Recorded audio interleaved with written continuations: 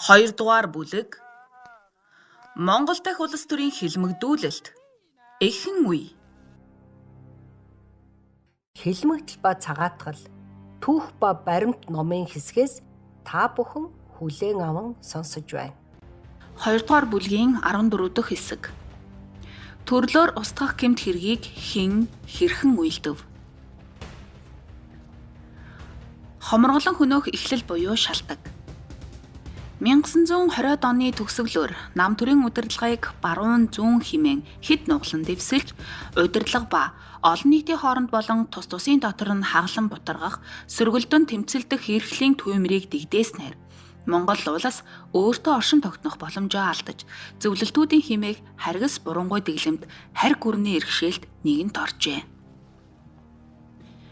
Монголчуудын язгуур уламжлал, үндэсний эрх ашиг, үнэт зүйлсийг эрхэмлэгч төрийн зүтгүүлтнүүд үгүй болж, Монгол төрийн бодлогыг удирдан чиглүүлэгчийн үүргийг Сталин тэргүүтээ бүх холбоотны коммунист большевикуудын намын удирдлага бүрэн гартаа авч бүх асуудал Кремльд шийдэгдэж эхэлсэн байна.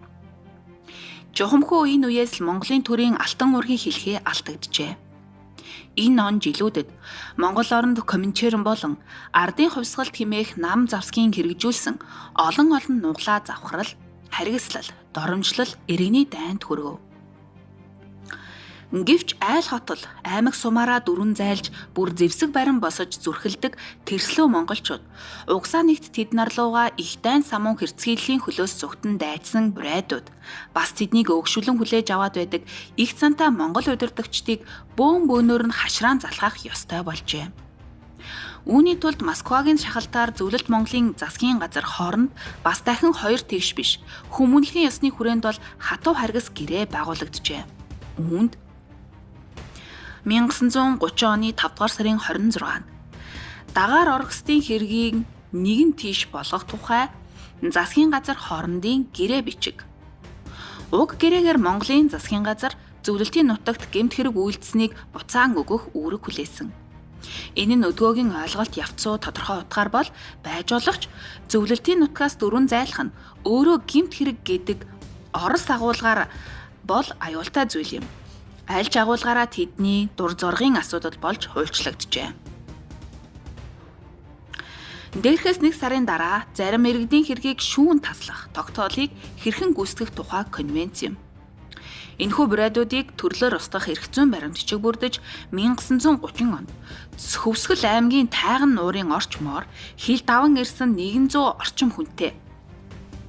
Зарим судлаачид 100 орчим үрх айлч гэдэг дөрвөн эргэсдийг Зөвлөлт Монголын цэрэг хүч авсран хятснаар бурайдууд Монгол нутаг руу нэвтрэн ирэх боломжгүй болжээ. Эдгээр гэрээ хэлэлцүүд яг тодорхойлон заагаагүй ч харьцангуй хожуу үеийн дөрвөн эргэсдэд хамаарч болохоор 1920-ад оны ихээр ирж нутагшин суурьшсан хэсгийн асуудал үлдэж байгаа хэрэг юм. Ийхүү Зөвлөлт социалист бүгд найрамдах холбооны улсад газарт дээр дурдсан 3 зорилтыг нэг мөр шийдэх Цепочкин буюу гинжин хэлхээ нэрийн дор нэгэн том төсөл боловсруулагджээ. Тэгэхдээ гинжний сүүлийн үзүр хаана хизээ хүрхийг ч тооцоолсон байж. Гэвч түүний эцэс төгсгөл гэж байх эсхийг магадгүй тэд өөрсдөө ч төсөөлөөгүй байж болох юм. Хүмбийн хэрэг хэмээх нэрийн дор Монгол ардын хувьсгалт намын төв хорооны адил эрхтэй 3 нарийн бичгийн даргын нэгийг нь хувьсгалын эсэргүү Японы тагнуулын толгойлагч болгон хилс хэрэг тулган яллаж олон хүний хамт буудан хороолоо. Хэргийн эснэр тохоончлогдсон Жамбын Лхүмбэн 1902-оос 1934 он хүртэл амьдарсан. Монгол ардын хувьсгалт намын төв хорооны нарийн бичгийн дарга Монголын үйлдвэрчний эвлийн төв зөвлөлийн дарга байгаад хилс хэрэгт голгүй гүтгэгдсэн.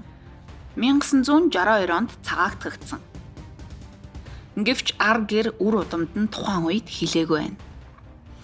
Тэрбээр хоёр улсын хооронд дамжлагдан байцаагдаж, үйл тамаа үзэж явахдаа би чинь ядахтаа энэ насандаа Япон хүний бараагч хараагүй хүн шүү дээ гэдэг үгийг давтаж байсан байдаг юм. Гэтэл 3 туулайг нэгэн сумаар сөнөх бодлогын буюу эрх баригч намын өндөр албан тушаалтныг хувьсгалын эсэргүү Японы тагнуулын хэрэгт ялалсны цаад үндсэн зорилго нь 1-дүгээрт холбогдох хүмүүсийн цар хүрээг олшруулах, тэр хэрээр цаашид илрүүлэх олон зохиомл хэргийн гадаад дотоод холбогдлыг төдий чинээ өсгөх. Хоёрдугаар, намын удирдлага болон нийт олон түмэнд айдас төрүүлэхэд оршиж байлаа. Лхүмбийг 1933 оны 7 дугаар сарын 19-нд гэрээс нь баривчилжээ. Дотоодыг хамгаалах газрын даргаас эхлээд хэрэг хүлээлгэж чадсангүй. Эхний тэр өдрүүдэд гэрчээр оролцож байцаагдж байсан Эрдэнэсэн 1961 онд амьд сэрүүн байж тэр үеийн болсон явдлыг гэрчилсэн байх юм. Өгүүлсэн нь дотоодыг хамгаалах газрын тасгийн дарга Алтсан хочод Мандал намайг шин шоронгоос авч дотоодыг хамгаалах газарт авчирч нэг тасалгаанд оруулахад сургагч Григорьев Церенков нар их л сайхан ааштай угтаж Содном Ренцэн гэж мөрийг минь алгадаж Мандал бас их сайхан ааштай болж намайг түшиж зогсов.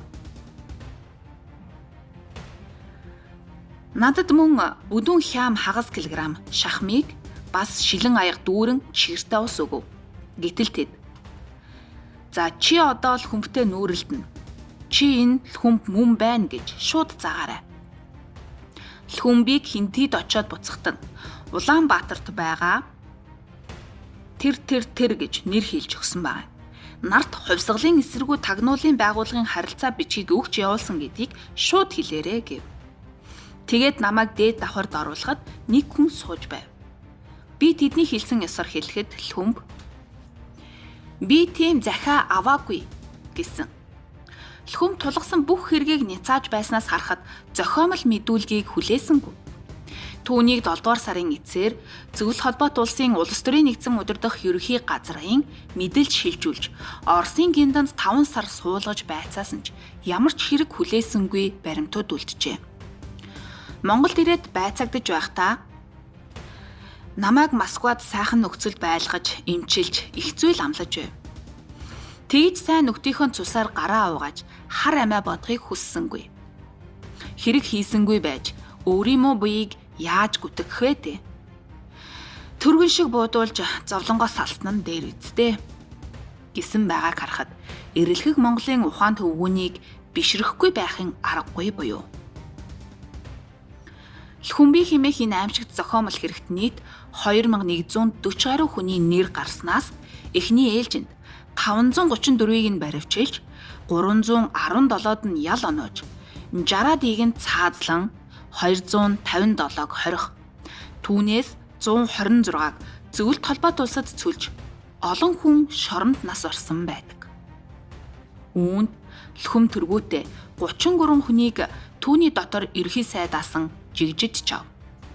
Улсын дээд шүүхийн дарга Гончиг Сүрэн, дотоодыг хамгаалах газрын дарга Хаян Херва нарыг оролцуулсан төвийн бүлгийн хэрэг гихчийг 1934 оны 6 дугаар сарын 25-нд нууцаар таслан 13 хүнийг цаазаар авахар шийтгсэний дээр Дорондын бүлэгт 110 хүнийг шийтгэж 18-ыг нь цаазалжээ. Хинтийн бүлэгт 134 хүнийг шийтгэж 25-ыг нь цаазалсан гэсэн баримтууд Монголын түүхэнд тэмдэглэгдэн үлдсэн боловч зөвлөлтөд аваажсан 126 хүнийг харгас хатуугаар дахин яллаж хонзон тайлсан хит хичнээнийг цаазалсан нь тодорхойгүй. 700 гаруй бурайд үр хайлыг Монголын нутгаас хөөн зайлуулахыг Монголын ерөнхий сайдад тулган шаардаж тушаал гаргуулсан гэх мэдээллүүд үлджээ. Энэ бол зөвхөн энэ нэг хонзон тайлах зохиомл хэргийн л дүн багцаа юм. Гэвч Зөвлөлт холбоот улсад аль эрт гинжин хэлхээ нэрээр зохиогдсон төлөвлөгөөний зорилго буюу цаашид үргэлжлэх тусгал нь тунч зэрлэг балмад үйлдэл байв. Монголд магадгүй бас Зөвлөлт холбоот улсад ч тохиолсон тэрхүү цус яргалалд ихээхэн нөлөөлсөн нэгэн зүйлийг энд дурдсгай. Горбачевын Перестройкагийн үед зөвлөлтийн хэвлэлүүдэд Оросын нэрт сэтгэл мэдрэлийн эмч, эмгэх судлаач Акчемич Бахчерев Сталинийг параной хардах тэгх тусмаа ойр дотныхныгоо хардах эмгэгтэй гэсэн онош тавьснаар тэр хүн энэ ертөнцөөс тэр оройд арилсан тухай бий. Харин Акчемич Владимир Михайлович Бахчерев 1857-аас 1927 онд амьдарч байсан энэ хүний тухай Никифоровын бичсэн номуудыг хожим олж үзэхэд нэлээд тодорхой байна. Тухайлах юм бол түүний өхлийн тухайд зөвлөх эмчийн хуваар Сталиныг үзээд тэгж уншилсан. Хэдэн цагийн дараа эмч маань нас барсан шалтгааныг хоолны хордлогоор гэж үзжээ. Гэвч тэр нь эргэлзээтэй. Эмчийн 30 хүү медведь байна. Түүнийг алсан гэдэг бол илэрхий зүйл гэд Сталинд энэхүү онш тавиад л алагдсан юм гэжээ.